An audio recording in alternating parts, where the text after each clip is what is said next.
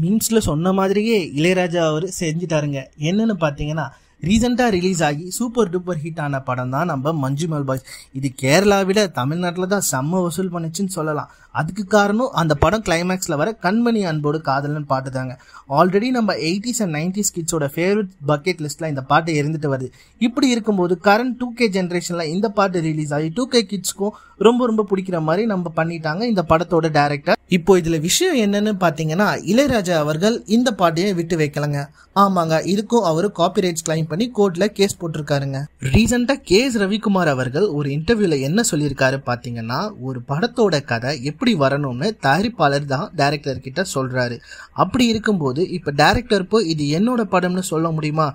முடியாதுலங்க. ஏன்னா அது full and full தயாரிப்பாளருக்கு தாங்க சொன்னோம். அதே போல இளையராஜா அவர்கள் ஒரு படத்தோட மியூசிக் ரைட்ஸ் போட்டு முடிச்சிட்ட பிறகு அது ஃபுல் அண்ட் ஃபுல் தயாரிப்பாளருக்கு தான் சொந்தம். அவர் எப்படிங்க காப்பிரைட்ஸ் கோர முடியும் அப்படின்னு KS ரவிக்குமார் அவர்கள் பதில் சொல்லியிருக்காருங்க.